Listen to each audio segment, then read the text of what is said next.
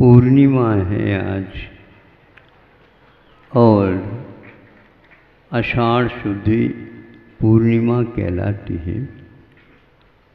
कल चातुर्मास की स्थापना हुई है। 14 थी आषाढ़ शुद्धि, आज पूर्णिमा है और कल वीर शासन जयंती दिवस है। इन तीनों दिनों का अपना महत्व है। जैसे मोक्ष मार्ग में रत्नत्रय का पूर्ण योगदान रहता है। जो जीवन से धरती भर जाती है, वर्षा योग होता है, एक प्रकार से आर्द्रता चारों तरफ फैल जाती है, योग की साधना भी प्रारंभ हो जाती है। एक स्थान पर रुकना मात्र उद्देश्य नहीं, किंतु इस अवधि का उपयोग योग की साधना के लिए है। उपयोग शुद्ध हो तो योग की भी शुद्धि अवश्य होती है। उपयोग की शुद्धि के लिए एक प्रकार से अकेला होना होता है। दो के साथ उपयोग अपने आप ही चंचल हो जाता है। खाली जगह पर बंद कमरे में दीपक रखा जाता है, उसकी नोक ऊपर की ओर तथा परिणामांश इधर उधर की हवा लगने से उसकी नोक रहती तो है, किंतु प्रकाश स्पष्ट नहीं उपलब्ध होता है। स्पष्ट प्रकाश यदि मिलना है तो उपयोग अवश्य ही स्थिर हो जाता है, जिसके माध्यम से जो 3 प्रकार की योग प्रवृत्ति है वह शुद्ध एकाग्र होने से निरोग हो जाता है और अनंत काल के लिए उसे उपयोग की प्राप्ति हो जाती है। यह स्वभाव है आत्मा का उपयोग। योग उसमें अपना सहयोग दे देता है, उसका नाम ध्यान है। आप ध्यान से सुन रहे हैं? हाँ, बहुत अच्छा। अभी कुछ प्रतिभाएं अपनी प्रतिभाओं के माध्यम से भावाभिव्यक्ति कर रही थी। वो प्रशिक्षित तो थी, किंतु उनके हाथ में जो माइक दी गई थी वह प्रशिक्षित नहीं थी।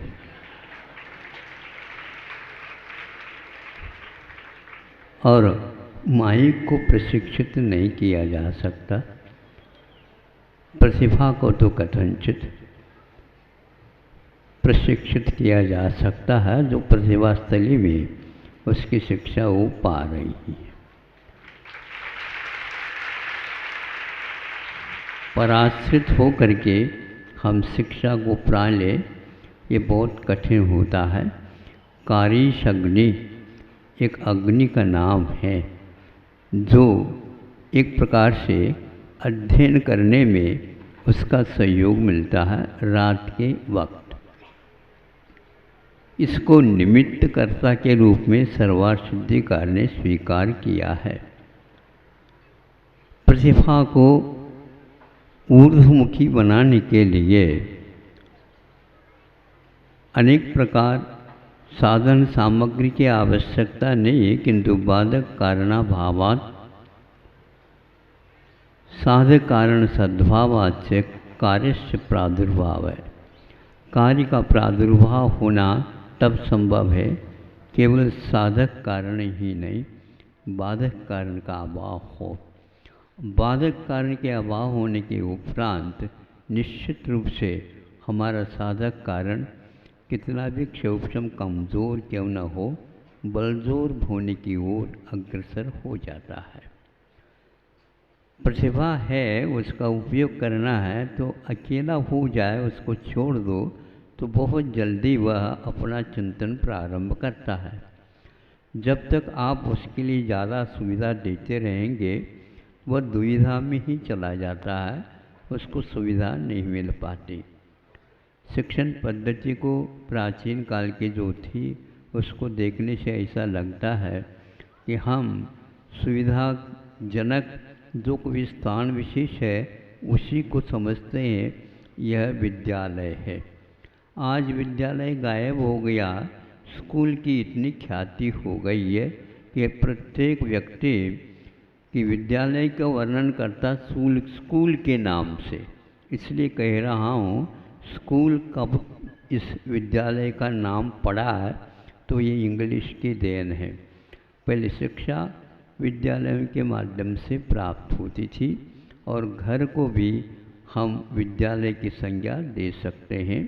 जो माता पिता उसके एक शिक्षक हुआ करते हैं आदि के, उनके कारण भी हम आज की शिक्षा में जो कमियां आई हैं वो कारण माना जा सकता और मानना ही चाहिए।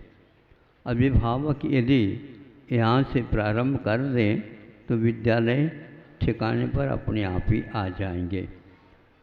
परिसर बना करके करना ये कृत्रिम है।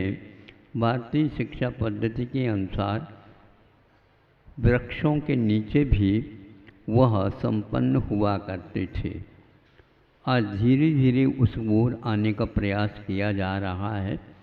प्राकृतिक वातावरण होना अनिवार्य है तो संस्कृति अपने आप ही पनप जाती है। संस्कृति की रक्षा करने के लिए प्रकृति का आश्रय लेना अनिवार्य है, जो यहाँ पर देखने को उपलब्ध होता है। बहुत बड़े भवन बना करके ही हम विद्या का संपादन करना चाहें तो वह संभव नहीं और सर्वत्र भी संभव नहीं। विशेष खर्च करके जो आज विद्यालयों के निर्माण कर रहे हैं वह भी एक प्रकार से आधुनिकता है, प्राचीन काल की स्थिति नहीं है। आप वनस्थली में जाकर के सुन सकते हैं, देख सकते हैं और पढ़ भी सकते हैं।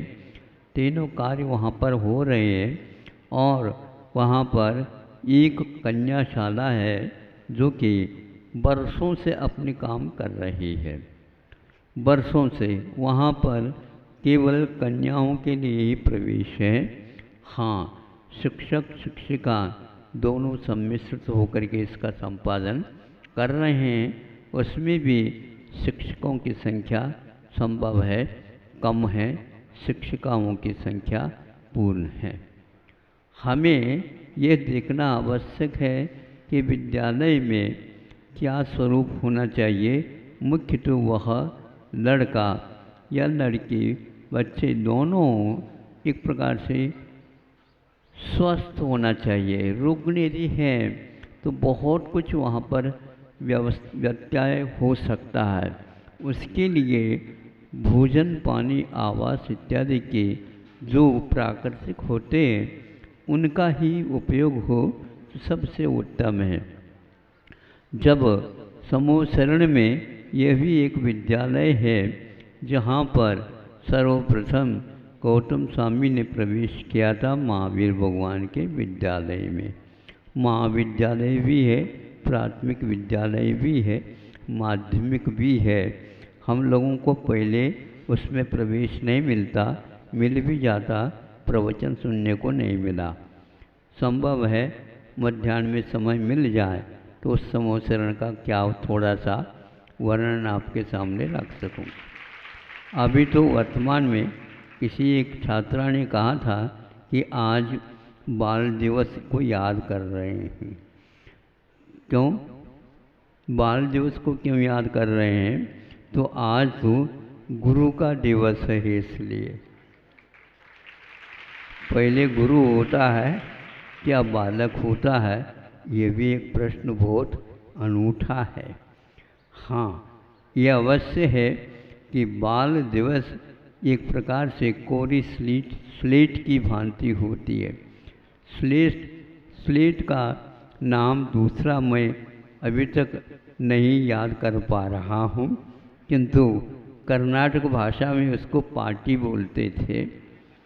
आज भी वह यहाँ पर पाटी बोलते हैं, हाँ पट्टी, स्लेट पट्टी, अच्छा इसको पट्टी बोलते हैं और इसको बढ़ती बोलते हैं, बढ़ता बढ़ता।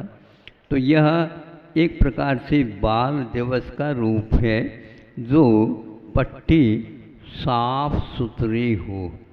आज अनेक प्रकार के पट्टी पढ़ाई जाती है, तो अब उसको ठीक करना बहुत कठिन है। 4 शिक्षक का चाहिए, तब कहीं जा कर के वह स्लेट या पट्टी साफ हो पाती है। यानी उसके दिमाग में अनेक प्रकार की बातें घुस गई हों, घुसा दी गई हों, तो उसको आज पढ़ाना कतई आप सोचिए नहीं, असंभव है।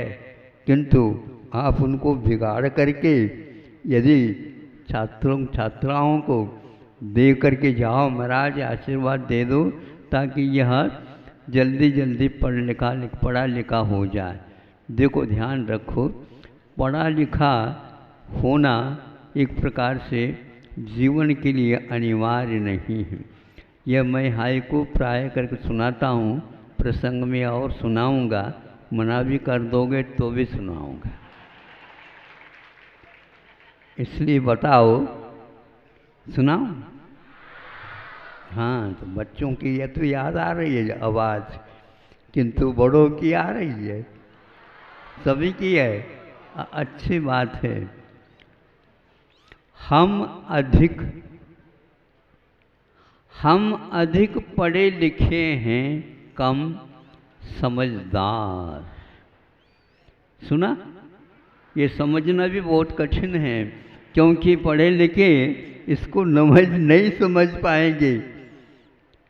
पढ़े लिखे का अर्थ समझदार नहीं होते, किंतु हम अधिक पढ़े लिखे हैं, कम समझदार। आज इंजीनियर है, डॉक्टर है, वो है, ये है, ये सारे पढ़े लिखे होने से इनको हम समझदार की कोटि में नहीं ले सकते हैं, क्योंकि जो पढ़ा लिखा होता है वह शिक्षा के लिए, और शिक्षा जिसे उपलब्ध हो जाती है वह कभी भी बेरोजगार रह ही नहीं सकता। वह अनेकों व्यक्तियों को रोजगार देने की क्षमता रखता है। उसका नाम समझदार मैं मानता हूँ। इसलिए एक विशेष रूप से लेख के चिंतन के माध्यम से लिखा गया है, जो आपके सामने रखा। एक आध बार और सुनाऊं ताकि मुखाग्र हो जाए, और कुछ नहीं। मुखाग्र करने के लिए अंतर्मुखी होना भी अनिवार्य है। इसको मुखाग्र मात्र करने से मतलब नहीं होता। कंठस्थ विद्या काम में आ सकती, लेकिन हृदयस्थ जब तक नहीं होती तब तक वह जीवन का उपयोग नहीं हो सकता। इसलिए हम अधिक पढ़े लिखे हैं, कम समझदार हैं। समझदार वही होता जो मझदार को भी पार कर जाता है, और जो पढ़ा लिखा हो करके यदि वह अनाश्रित होता है अथवा एक प्रकार से रोजगार के लिए बार बार सरकार को बाध्य करता रहता है, वह व्यक्ति समझदार की कोटि में नहीं आ सकता। क्योंकि यदि आ जाता तो सर्वोच्च न्यायालय में न्यायाधीश ने ये क्यों घोषणा कर दी? ये बहुत अच्छी बात है। आज 70 वर्ष की यात्रा में भारत ने इस शिक्षा के अभियान को पूर्ण किया। पूरा का पूरा तो नहीं हो, लेकिन 95% से भी ज़्यादा साक्षर भारत आज बन चुका। ये बहुत अच्छी बात है। ताली नहीं बजाओ अभी बीच में, ये वाक्य पूर्ण नहीं हुआ न्यायाधीश का।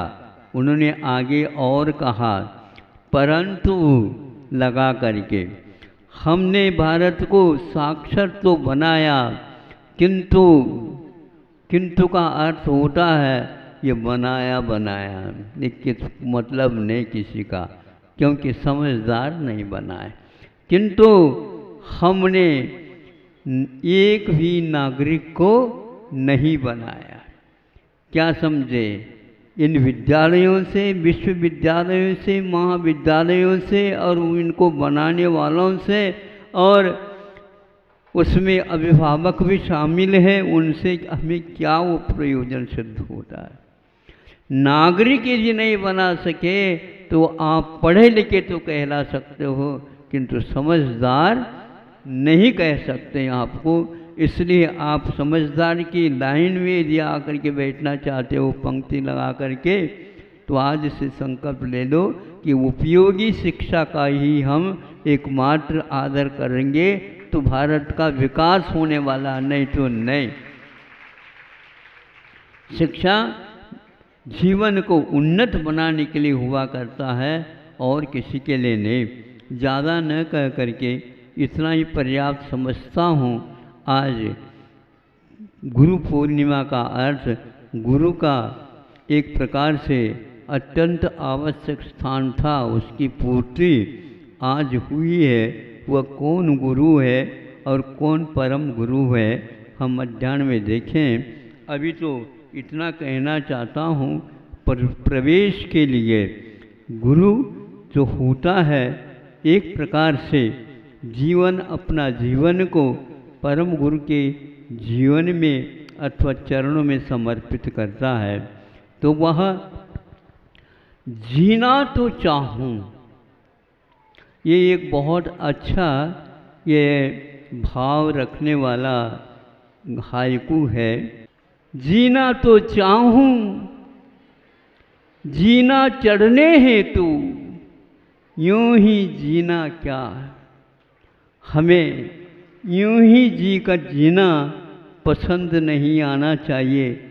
जीना यदि चढ़ रहे हो, चढ़ने का इरादा रखते हो, संकल्प करते हो, और किसी माध्यम से देख करके भी जीना चढ़े तो भी बहुत अच्छा माना जाता है। किसी की भी नकल कर लो, लेकिन जीने चिढ़ना सीखो। बाकी जीना जीना, इसमें यूं ही जीना क्या करना अपने को। अनंत काल यूं जी रहे हैं, जीना चढ़ नहीं पाए। जीना और जीना ये बहुत अंतर है। एक तो सामान्य रूप से जीना है, खा पी करके रह रहे हैं, ये पशुओं में भी देखने को मिलता है। लेकिन पशुओं की उन्नति फिर भी थोड़ी बहुत हो जाती है। ऐसा जिसके पास एक भी सीढ़ी चढ़ने की हिम्मत नहीं रही, तो जीवन क्या है? वो कुछ भी जीना नहीं है। शिक्षा के माध्यम से हमें चलना भी सिखाया जाता है और चढ़ना भी सिखाया जाता है। तो चलना और चढ़ना, इन दोनों के लिए शिक्षा को अपने जीवन में गढ़ना आवश्यक होता है, अन्यथा उस शिक्षा का कोई मूल्य नहीं। अहिंसा परमो धर्म की।